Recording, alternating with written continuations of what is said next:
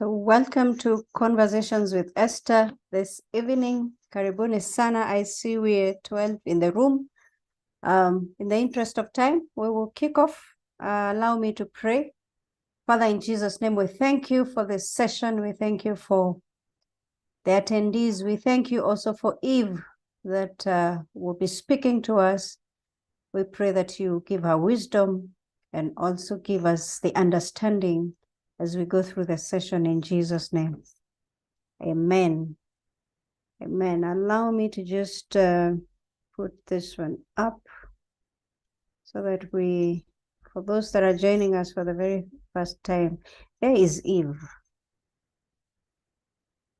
Eve, karibu sana. Thank you. Yes. So allow me to just make an intro of Conversations with Esther. We keep reminding you this because I know there's some of the people that are joining us for the very first time. Conversations with Esther is an impact-driven professional platform that informs, educates, and rebuilds mindsets. We ignite ethical and authentic leadership, promoting best practice within industries. We equip the workplace with relevant legal, human resource, and holistic wellness skills through capacity building, training, motivational talks, end-to-end HR consultancy support, and mentorship programs. Now, guided by our three values. By now, I know, Eve, you almost can tell our values. We've repeated them all over and over again. And they say the values of the leader become the values of the organization. So guided by our three values, integrity, excellence, and impact, we envision a workplace transformed by candid conversations, respectable relationships, and intentional leadership. Now, allow me to remind you this coming Saturday, 19th of October, 2024, we are meeting at the Nairobi Children's Traffic Park, Nyerere Road, from 9 to 4 p.m. We have been going through the 7 pillars of wellness. It's been 7 months of your commitment.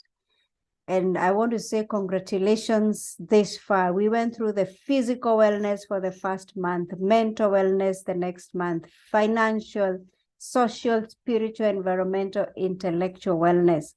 And in all those months, we did the training, we had activities, and it's been amazing, amazing. I know, and I have been hearing of testimonies of transformations for people that would not even do the list of exercise, even walking. And today they can do 20,000 steps in a day from almost nothing. People that have learned to practice mental wellness and, the financial wellness, saving and investment, and so much has gone into this.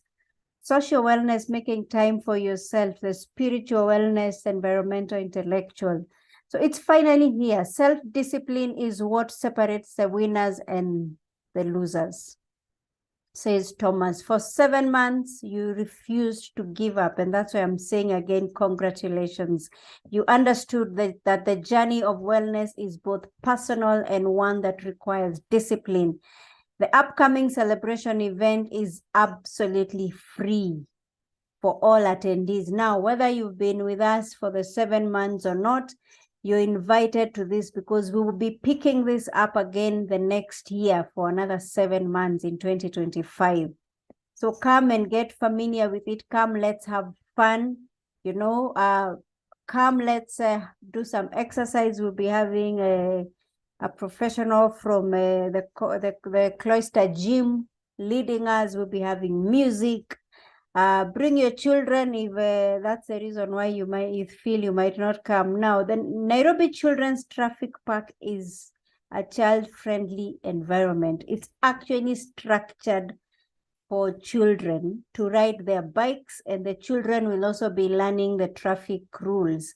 That is the essence of that entire park. So bring in your family, bring in your friends and your colleagues. It's free. Now, for those that are willing to, or maybe want to bring in their pull-up banner or put up just a branded tent. The charges are very minimal. It's just 1,000 for the pull-up banner, and for the mini-sized branded tent, it's 2,000 shillings. Now, those are the payment details. And I want to also, I know some of our partners that we've worked with for the 7 months that have really supported this program are here, Eve Mutio and many others.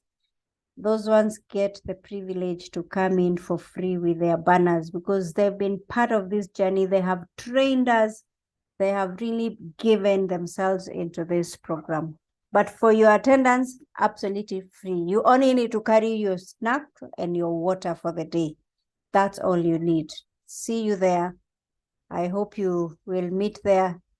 Now, these are our social media platforms and the handles. Conversations with Esther on YouTube. We're actually live on YouTube right now. You can go there and possibly share with even your family, your friends and colleagues, because what we do at Conversations with Esther, we address real issues and professional issues only. Now, you can follow me or give me a chat on LinkedIn, Esther Katiba. If you want to speak to me, feel free to go there. I am pretty active on LinkedIn. Our Instagram is at Conversations with Esther. Now, this is our session for today. Our guest is Eve Mutio, Managing Partner, Infinite People and Culture Solutions. Now, mental wellness in the workplace is close to my heart, and I share this passion and this this burden. It's actually becoming, I was talking to someone, Eve, a few minutes ago, and we said these mental wellness issues in the workplace are serious. And this is a conversation that we need to keep having every day to make sure that not just that employers are treating people right, but we are also creating the right environment as managers, as leaders in the organization, you know, as employees as well, that we are also creating the right environment. Now, mental wellness in the workplace. What is the connection between mental health and work? It is evident that safe, healthy working environments can act as a protective factor for mental health. Unhealthy conditions, including stigma, discrimination, and exposure to risks like harassment and other poor working conditions, can pose significant risks affecting mental health, overall quality of life, and consequently participation or productivity at work. Now, with that said, I want to introduce our guest for today, Eve Mutio. I think Eve has a huge profile. Eve. Eve Mutio, people and culture expert. Now, Eve and I share a lot. When you talk about people and culture, that's my heartbeat. That's Eve's heartbeat. Eve is an accomplished and visionary people and culture expert, renowned for her strategic thinking and innovative approach, with over 15 years of progressive experience in diverse industries, including manufacturing, hospitality, donor-funded initiatives, and renewable energy. Eve has consistently translated business vision into impactful human capital initiatives that improve performance, profitability, growth, and employee engagement. She is a trusted and empowering leader with a unique perspective that recognizes human capital as every organization's greatest asset.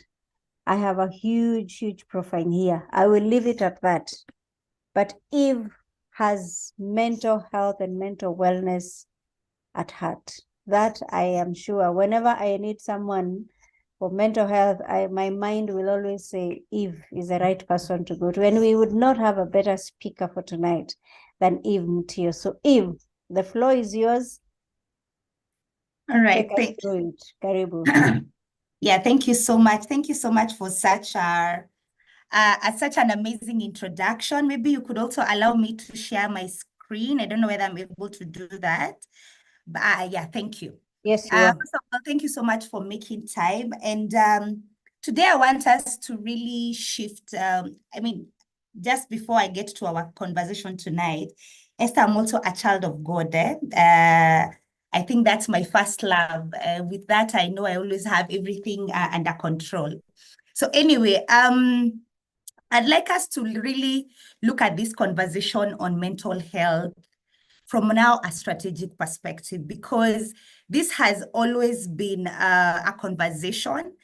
And how do we really get our shareholders, our investors to really take interest in it? And I like looking at wellness or mental health from a very holistic perspective. And having done various researches, having trained senior executive, having trained other employees in the organization, one thing has always been very, very consistent. For us to really make this conversation matter enough and actually link it to the bottom line, then we have to look at it from a holistic perspective and also approach it in an angle that it will matter to the shareholders. Shareholders, I mean the investors of our business. What I am talking about is also looking at our investors really caring about it. And we can only do that when we actually show why it matters. So allow me to share my screen as we talk about this. And all right, when we show up at the workplace, we always show us as individuals. I mean, we are all, people are the ones who make organizations. But for an organization to be healthy, it's very, very critical that we focus on 4 pillars. And that is one of the, we focus on our model, and we call it culture. Let me just project my scene so that I do understand that human beings are visual and they are able to, yes, I think this should do it. Okay. Hope everyone can see my screen. I don't know whether I'm able to project. Yeah. Can you see my screen? Please, if you can see my screen, kindly let me know.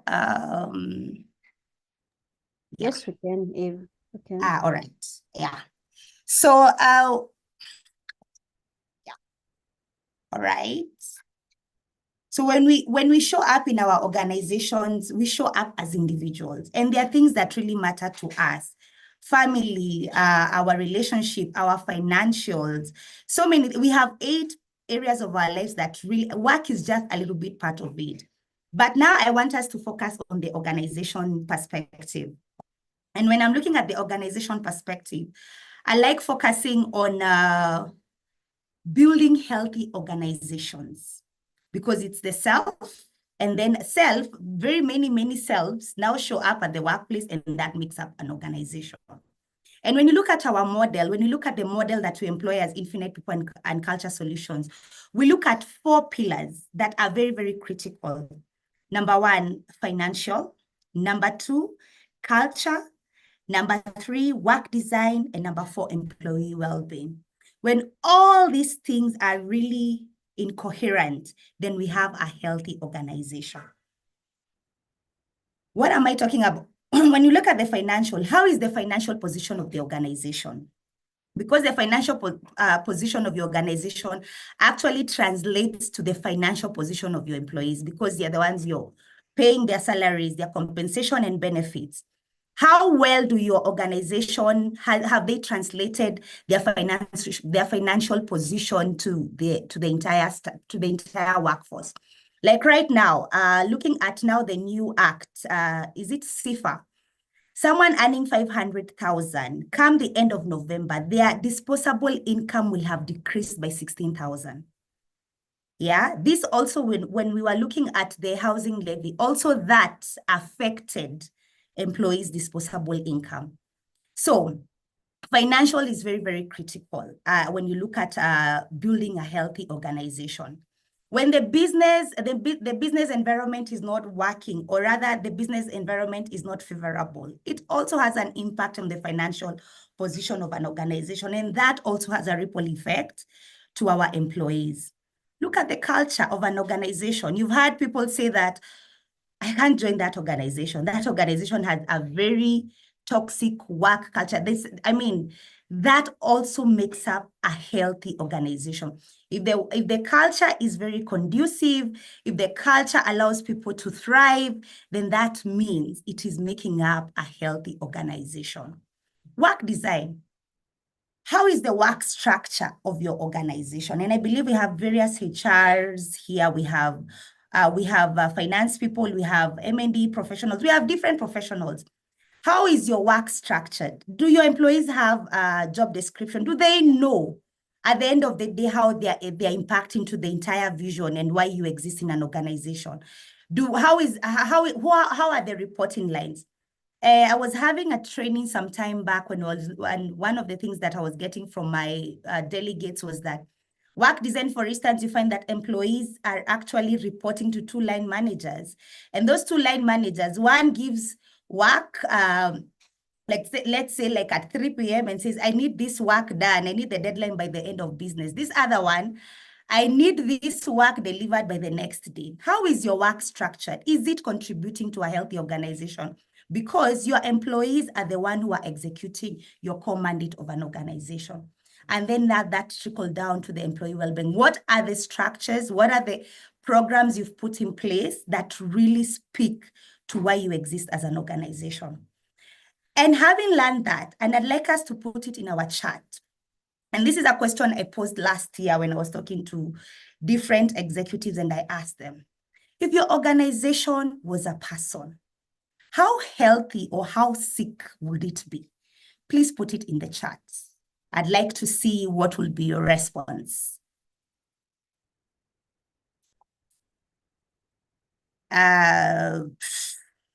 If your organization was a person, how healthy or how sick would it be? And if it was sick, which disease would it have?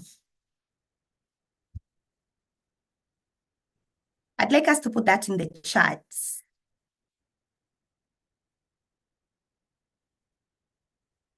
So that we can all be incognito of what's happening, having broken down that in terms of healthy organizations.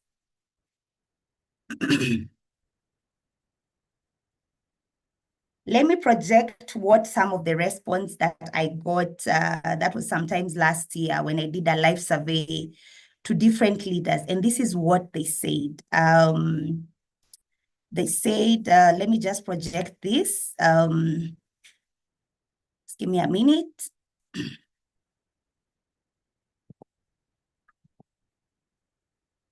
All right. Yes, so we have it here. So let me just project this as we continue. So this was the response of some of the leaders that this is what they said.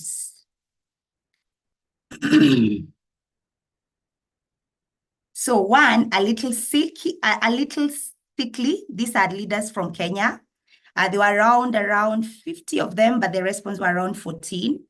A little sickly with mild infections. Another one said mental actually is actually a disorder. Slackish, another one said toxic. We had unfit. I mean, it's there and it's not there. Need medication, meaning it needs to be treated. And when you look at what I've talked about in terms of the model that we use, it has to flow with it. Even when you're looking at diversity, equity, inclusion, it still falls under those 4 pillars. Healthy, one said it's healthy, meaning that, and everything doesn't have to score 10 over 10. Probably what they need is a various improvements in some of these pillars that you're talking about. Other leader said recovering from health. Another one said, oh, great health, annual checkups advised. A little sickly, I think I've talked about upset from work. So when you have an organization when you have an organization that has some of these symptoms, it means it's not able to really deliver to its mandate and why it exists and in terms of how they are serving their customers, how they are serving their community, then it means that those 4 areas need to be checked out. And I keep on always asking, if you had an opportunity to just describe what kind of a healthy organization looks like, what would come to your mind? And all of us, I've come to realize we all want the same thing. We want somewhere we can thrive. We want somewhere we can grow. I mean, when you look at the Maslow hierarchy of needs, all of us want the same thing. Basic needs, like in terms of we want somewhere to live, we want food and shelter. All of us want to grow even in an organization, and we get to self-actualization and we say we are really serving and we are living our purpose. That's the same way as an organization. An organization starts as a startup. By the time it's getting into maturity, it can actually say that we have gotten to a level whereby we are serving, not only making profits, but we are really contributing to the sustainability of the entire environment. I'm looking at chats. I'd like to see what they are saying. So I'll be multitasking here. Let me just stop sharing. I see some of the response that were coming from you. Someone has said bipolar disorder, major depressive disorder. A little sickly with mild infections. Someone has said that. Yeah, so I mean, you see, it's showing that there's somewhere that this one of the pillar that is not really coherent, and that's what is making that organization sick. So when you're looking at the organization, because today I'd like us to focus in terms of intervention. That's number one, intervention. If at all you've been applying a curative approach, what are the approaches that you can use from an organization perspective? And how do you really have this conversation that will matter and will link it to the business strategy? Because that's what a shareholder wants to hear. A shareholder wants to hear what they can lose, not what they can gain. And when you are able to link this to the bottom line, then you are going to be able to add value to your organization. And that's why I've asked you, if you had a choice to just describe what a healthy organization looks like. And I'll also project what were some of the response that these senior executives gave during this workshop. One of the things that they said, let me just project this, and then you'll be able to understand what we are looking at, so that we can all be together. All right. Yeah, just there. Let me just project my screen again. I'll keep on switching my screen.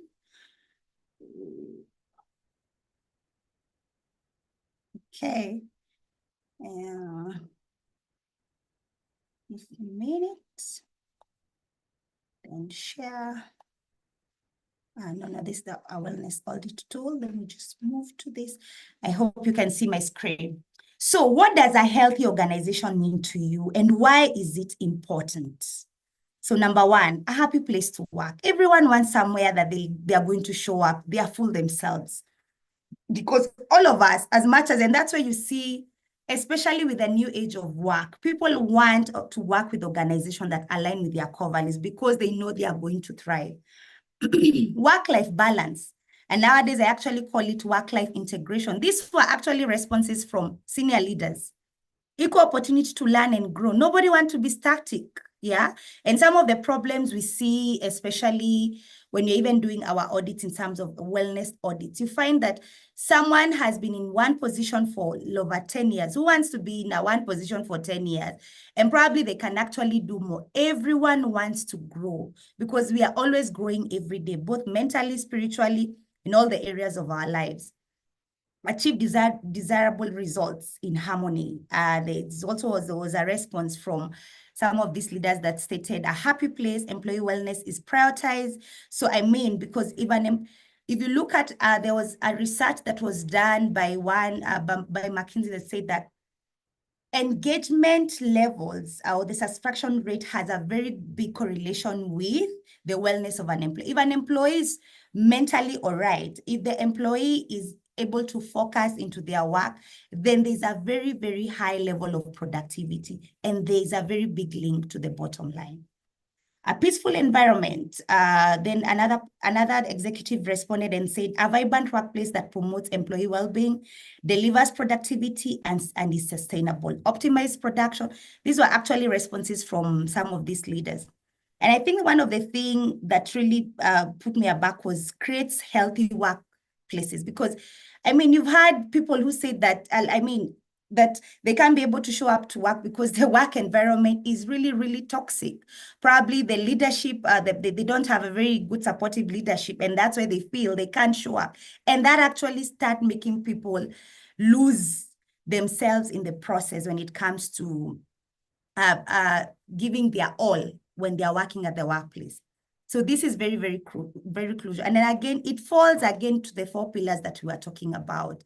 The 4 pillars, which is the financial, the culture, the work design. How is your work structured? Do you have, is your work structured in a way that, for instance, that you have an employee reporting to two bosses, and then probably those 2 bosses are they are not seeing eye to each other. So who suffers? It's that employee. And that is actually what I'm talking about, the work design. And there's so many other areas when you are focusing on work design, you can actually look at. Wholesome focus. I always keep on saying it. Employees spend almost over over 50 hours, or that's that one that is required by the law, per week in the organization. So as we are working in this organization, we have to create an environment where employees can thrive, both in their career growth, where they can show up fully and they can actually be able to give their skills to the fullest. All right. Now that we have been able to break down what a healthy organization is, I think I'd also want to see from you what it means for a healthy organization to you in the workplace. Someone has said people focused. Yeah, people's first. In fact, it's always people, then profits. Take care of your employees, and then they'll take care of your business. That's actually a quote by Richard Branson. You don't build a business, you build people, and people build the business. Zig Ziglar, very, very, very true. Take care of that, and you'll find that the organization will continue being healthy, and you'll become an employer of choice. So now, let's now dive up now in terms of what we can do to show that, to actually make sure that our organization become healthy. So number one, I'd like us to focus on curative versus preventive. What's better? Just a question, just a quick question. What is better, a curative approach or a preventative approach from an organization?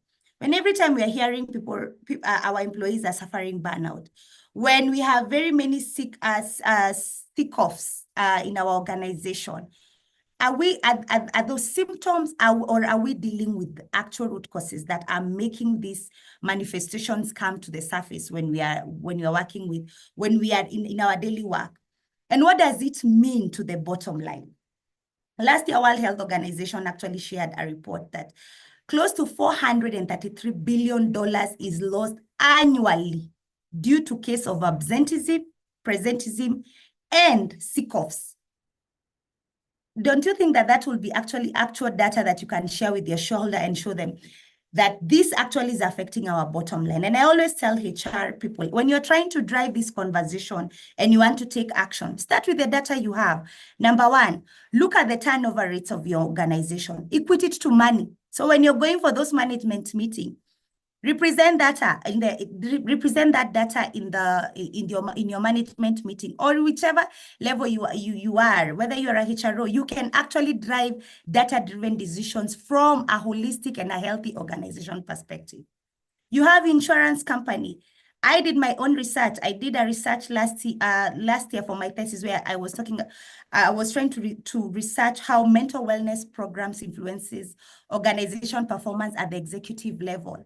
And one of the things I found that is that curative approach, when you invest a shilling on our medical cover, that is from a curative approach, the return on investment is 1.45 shillings on that 1 shilling. But when you invest on a preventative approach, you actually get double that money. So get records from your insurance cover and get to see how many claims you do, and you look at that. Even the premiums will actually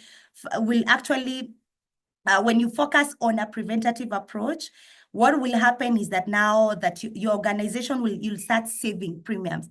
And that really does matter to your shareholder and even to your donors, for those people who work for NGOs. So let's look at the preventative approach that we can employ as people who are working in different organizations. As I said, as human beings, we have visuals. So others will be from this screen and others will also find from your discussion here as you share them. So number one, all right.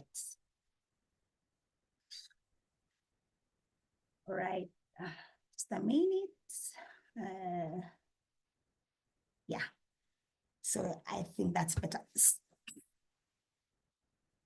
A curative versus a preventative approach. What is better and what will yield results to your organization? Focusing on preventing health issues through proactive measures promote long-term health and well-being of employees and reduces absenteeism and actually boosts productivity.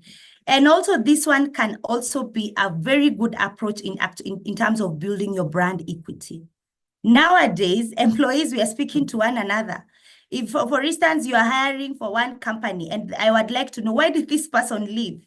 Probably they say, that place, it's a very, very toxic workplace. That place, they don't value, people are working 24 hours, you don't have a life. If you focus on a preventative and looking at all the 4 pillars we've talked about, then you'll thrive in building your healthy organization, and also your brand equity will increase, and it will increase, and you'll also be able to attract top talent. Top talent want somewhere they can be able to thrive. So let's look at some of the measures that you can employ in terms of using a preventative approach. Number one, conducting well-being assessment. That's number one. That's very, very important. One of the things that I've actually seen in organizations is that sometimes we are implementing programs that do not speak to the needs of our business.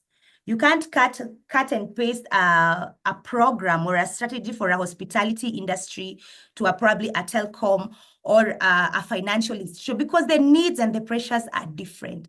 You need to conduct a well-being assessment whereby you get to understand what are the needs. And not all wellness programs that you're implementing for your organization are going to work at all levels. You cannot implement wellness programs that are cutting across all kind of staff.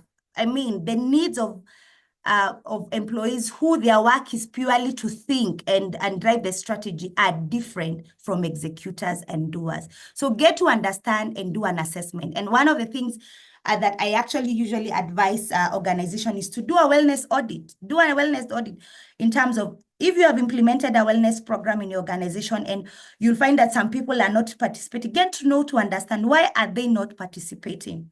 The aspect of confidentiality, have you put the aspect of confidentiality when you're implementing those wellness programs? The other thing, big mistake I also see and this sorry to say, I'd quote this for NGOs because this happens a lot, because sometimes they are project-based. When projects are coming to an end, that's the time you're calling counselors, that's the time you're calling psychiatrists to start talking to your staff. And so that time the staff is not even mentally okay. First of all, they are losing their source of livelihood.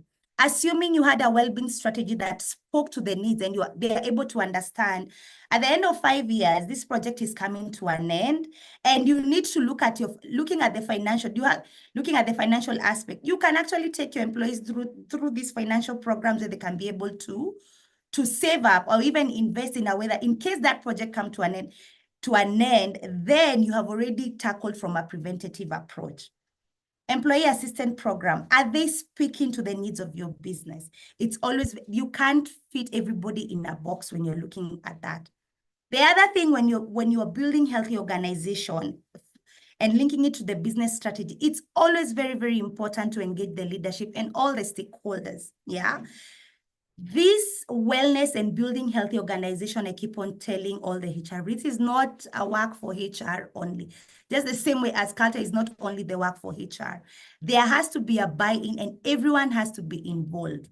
One of the things I remember I was working in one organization, and I remember I could implement wellness programs, and I realized a trend. Senior leaders were not participating in these wellness programs. And I asked myself, why are they not participating? I had to dig deeper. So one of my peers told me that if this thing, we don't trust the process. We feel like our problems will be discussed in leadership. So what happens is that now the leaders feel like they are macho men. They don't go through stress of life and stress of work. And then now what happens is that they are not participating in the program. So what did I do? I had to speak to our service provider, like, we have to have pre-qualified professionals who are seeing our executive, and we don't need to know which executives or which leaders have participated in this wellness program. And confidentiality is a must. So even a report is done, it's done anonymously. So can your employees trust the programs that you've put in place? Has the leadership understood the why behind it? Have they seen, if at all, we don't take the approach of building healthy organization? What does it mean in terms of monies? And especially for shareholders, for them, it's all about the money.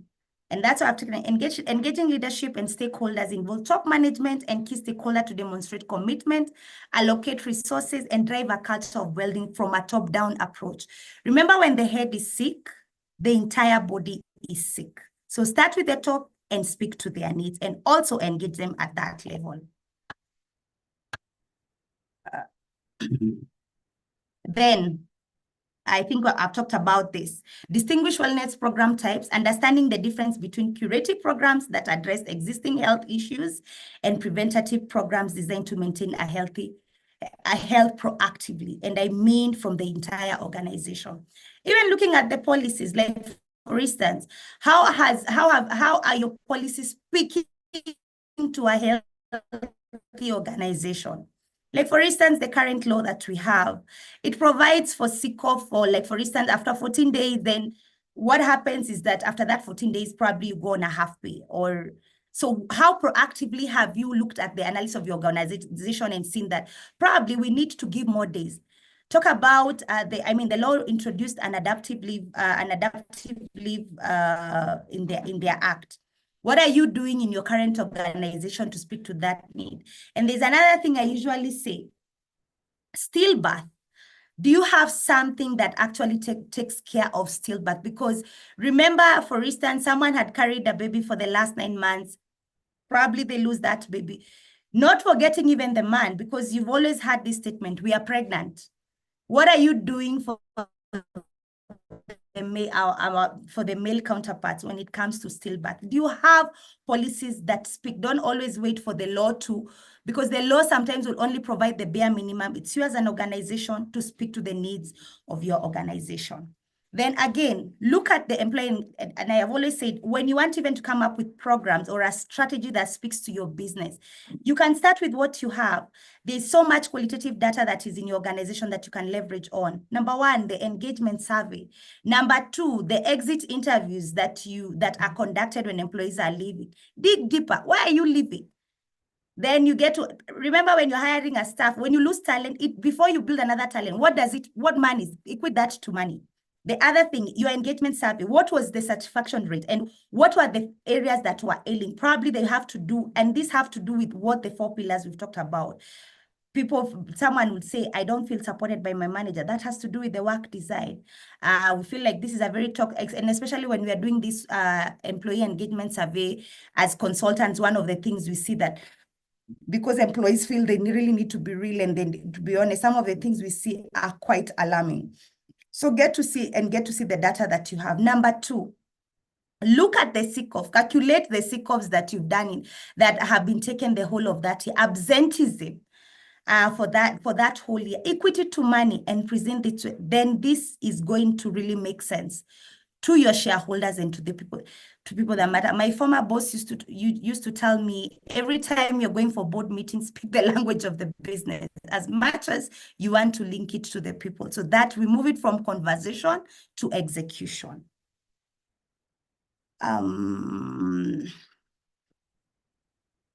So there's always importance, and I think we can't overemphasize on this. The strategic importance of employee well-being is in integrating employee well-being with the business strategy is crucial for sustainable success. Every time you're known as an employer to be losing good staff, then you're not going to achieve what you are looking for in terms of where you're competing. and who you are competing with in the marketplace. So it has benefits, and it has very valuable benefits. And I've said we have a lot of data that we can leverage on in our organization. Even if there's no budget, you can actually drive this conversation in a way that you're going to be given this budget. Number one of the key benefits, it's enhanced productivity and performance. When employees feel supported, when employees are working in healthy organization, then productivity becomes very, very high. There's a ripple effect to your customers. There's a ripple effect to the shareholders. If it's for the donors, you will get more funding because people are showing up wholesomely. Reduce absenteeism. Again, this one is very, very, very, very, very crucial in an organization, because every day an employee loses work, it means that there's work lagging behind. Turnover, it will also reduce turnover for your employees, and also it will increase your profits. Improve the employee engagement and morale. Everyone will always feel this is the best place. I always like asking most of my peers and my colleagues and my friends, ever list down some of the companies that have been named as the employer of choice. Just look at their culture. And I was actually reading an article from Google. And one of the things that they want, one of the things they were to enhance their wellness programs, they always used to find out that most of the people that work work in their organization, sorry about that, work in the organization are very young. They are very young in terms of demographics. So there was always a day, bring your child to work. Some of the employees don't have babies. So what they came up with, they said, bring your mom to work. That mattered to the employees. Really get to know what really ticks to employees, and tick that in terms of your wellness programs, and also link it up to the work design, and again, what I've talked about.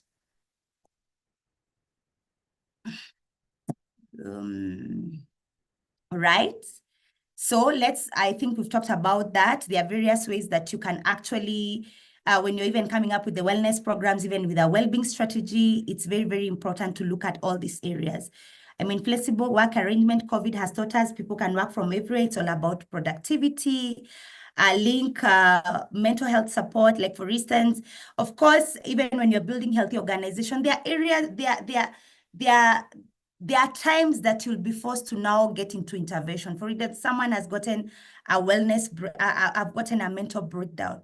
How do you have this candid conversation with people and we don't find ourselves stigmatized? Because these things can happen to anybody. Remember, when it comes to a mental health challenge, it happens inwardly. By the time it's outbursting, it's something that has been eating up an employee or an individual. So how can we make this conversation more palatable to the and we normalize it, because it's happening now? Actually, World Health Organization has named it as one of the pandemics in our works today. I think comprehensive health assessment, I think that is something I believe most of our insurance companies actually provide that. And there's something I also need to ask you, as even when we are looking at a preventative approach, you need to task your insurance company to, even when you're bidding, and this is something I did from my previous organization. And I asked them, okay, you're going to be giving us a medical cover. Why should we pick you? Apart from that, assuming nobody gets sick and nobody goes to the hospital, what else? And I had to test them, and that was their competitors. Like, we are going to provide wellness programs for you. We'll have a peer education program for your staff. What are the extras you can get from your service providers apart from the bare medical cover? Another one I remember that we also introduced with when I used to work in one organization. My boss said, can we have a gratitude day? I mean, a day that we can actually be grateful for something that is happening in our lives and even the organization. And every department was tasked to do that. And it came from a place of always being grateful, because sometimes that is also a culture where people can even be grateful to their own colleagues. Another one I remember that was very, very instrumental was always having checklists. Line managers are asked. The first thing, even especially when COVID hit, before even we start telling me about work, can you find out how I am doing, first of all, as a human being, as opposed to just results?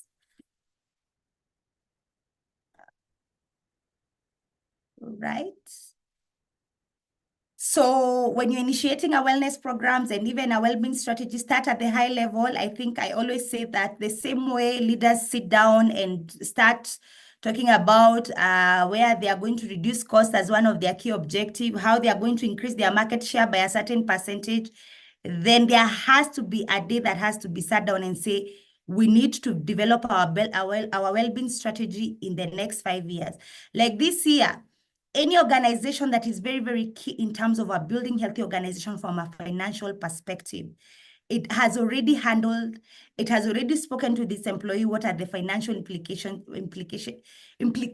of what is happening in our daily, what is happening in our political environment or our daily environment, as you want to call it, because of the deductions that are happening. For instance, when layoffs were coming, if layoffs were coming and an organization was saying in the next 2 years, we might be acquired by a certain company. From financially, they had prepared their employees from a strategic perspective. So we look at the high level, we look at the bigger picture, and then we can be able to get to the operation. And there is a very, very big impact to the bottom line. Just a minute. And then I think I've talked too much. I'll now I'll open up and I'll end up by saying, before I get to the question, the Q&A part. If your organization, if your employees were to just go to Glassdoor today, looking at your brand equity from a healthy organization perspective, what do you think your employees would say about your organization? That's something I'd really want you to think about.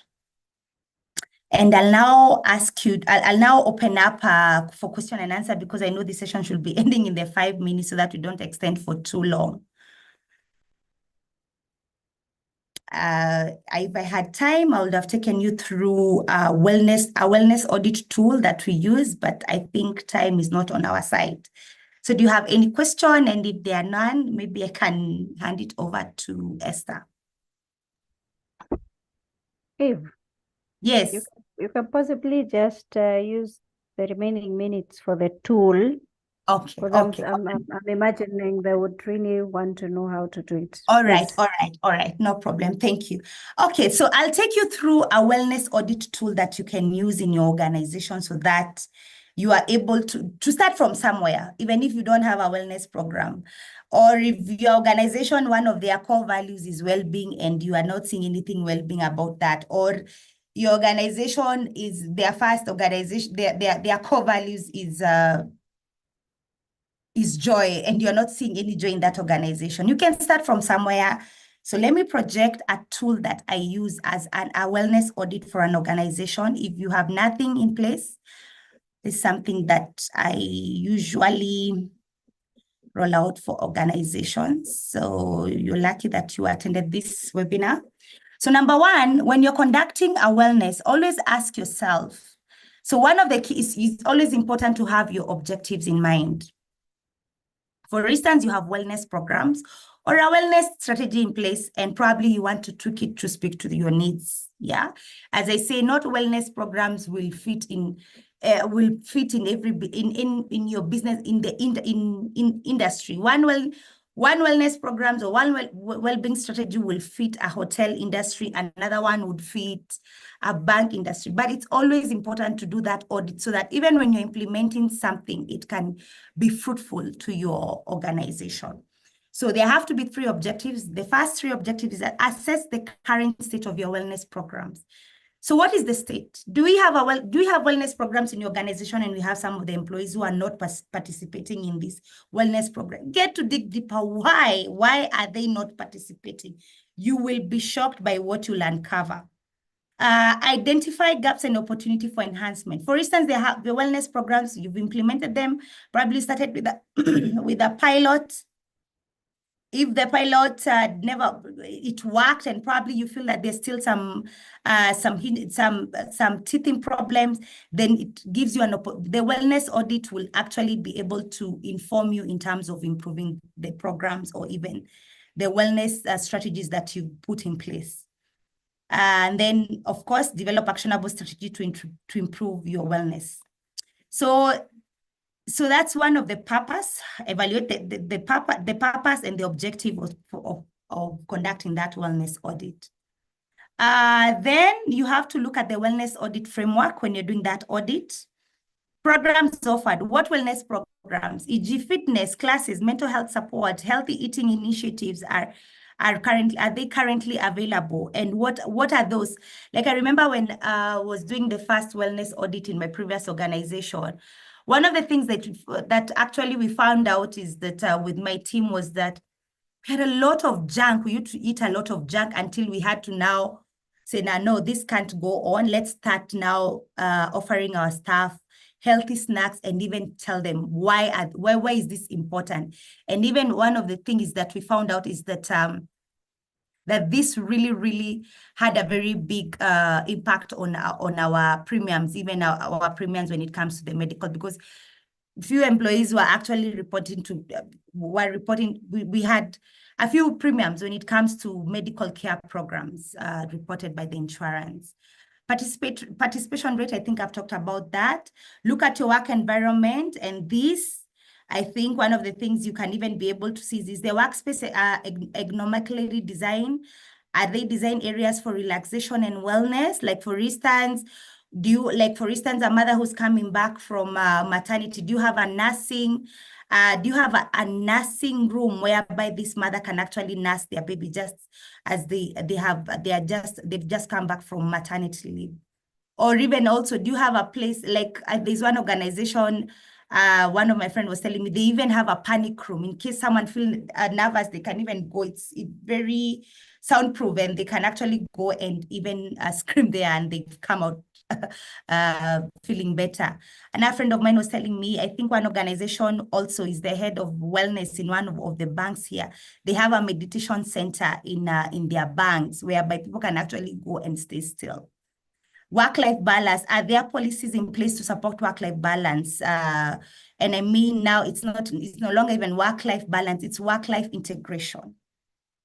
The surveys that you conduct, it's always important. Regularly conduct employees surveys to gather feedback on wellness program and overall satisfaction. Are you speaking to the needs of your workforce, or you are doing something to tick a box?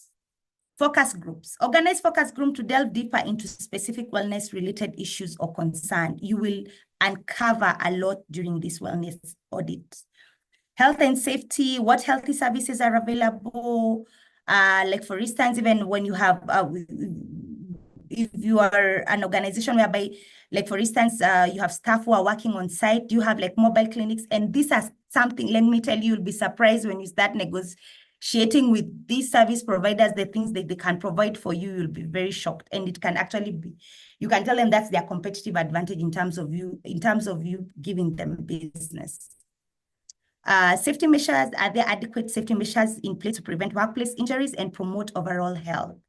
Leadership and culture, how is your leadership? And I mean, are your leaders very well capable in terms of how supportive are they? I mean, are they part of this wellness program, and are they supporting it? And in terms of leadership, are they well versed? Are they well equipped with the tools to lead this organization? And this feedback, you can always get it from your staff. Culture, is there a culture that encourages and supports wellness and work-life balance? This is something you can also be able to ascertain the nuances when it comes to the culture. So one of the way you can, data collection methods, you can always do survey, do an anonymous, as I said, you an anonymous survey from your staff. You'll be surprised on what you can uncover when you're doing this wellness audit. Health participation metrics, track participation rates in wellness program, and analyze health-related metrics such as absenteeism, rates of productivity.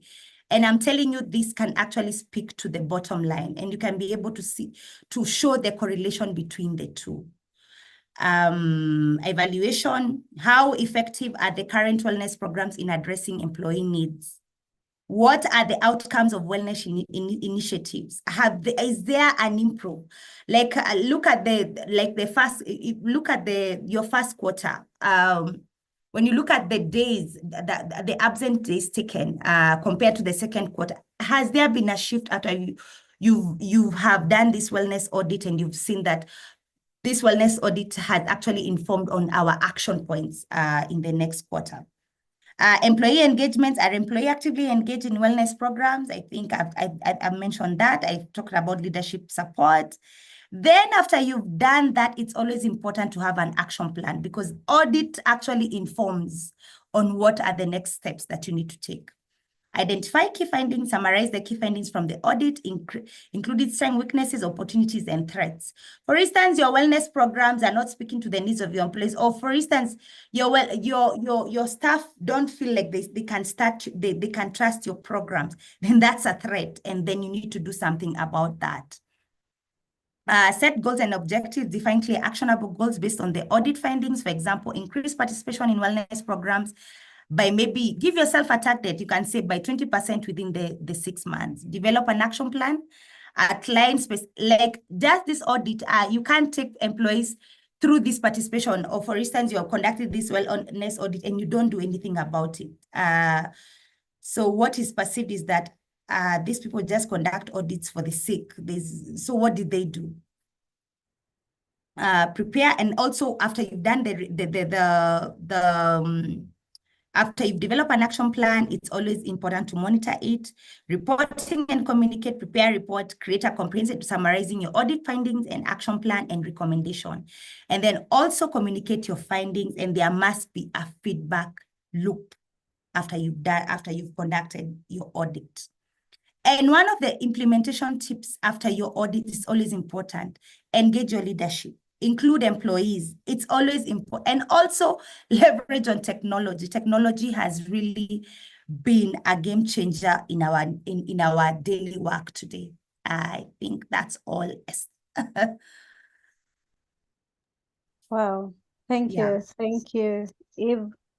I think that tool was very important for the people in the room, so that as we come to the end of the year and begin to plan for next year, I am also hoping that we are going to have a budget for wellness in the next year. A time has come that we need to budget for wellness in the next year. So thank you. Unless there's a question in the room, any question or comment, can give you a minute. You can raise your hand and maybe unmute and speak, or type that in. Anyone, so that we don't lock you out. But as we wait for that, Eve, please tell us about your organization and what services you offer and how we can reach you. All right, you can reach me via LinkedIn. So my LinkedIn handle is Eve Mutio. You can reach me there, and you can also reach out to our office or our phone number. I'll drop it on the screen. So some of the services we offer wellness is something that is very, very close to my heart as the founder, and also as you said, that the values of the founder really make the values of the organization. And this is something that is very, very close to my heart. So we conduct wellness audits, that's number one. We conduct wellness surveys for organizations, not engagement survey, wellness surveys, because there's a lot that we found based on even the surveys that we've done, and we also guide you in the action plan. We also develop well-being strategies for organizations. Linking it to their corporate strategy, because we've seen that's very, very crucial for organizations that want to stay healthy. In terms of service, other services, we also offer HR services. We provide recruitment and selection, the entire cycle of HR, onboarding. We also act as advisors. For instance, if you're an organization, you're a small organization and you do not want to hire a HR, we come in with our expertise. And we supported different organizations from the NGO space, the financial industry, telecom, and tech. Those are our services. And also for individuals, we offer various coaching programs, but one of our key coaching programs is called the challenge model. The challenge model also ensures that, for instance, if you've been promoted or you're moving in an organization, you accelerate your learning, because what got you the job will not ensure that you sustain that job. That in a nutshell. about infinite people and culture solutions. And we are all about people. Amazing, amazing. We keep saying, you see, at Conversations with Esther, we don't just come and tell you what we do, we also open doors for you to also meet other professionals. Thank you very much for the evening. Thank you, Eve. We don't take this for granted. Thank you for making your time and for sharing the knowledge with us. Thank you to the attendees. Have a good night and God bless you. Thank you. Thank you so much for making time.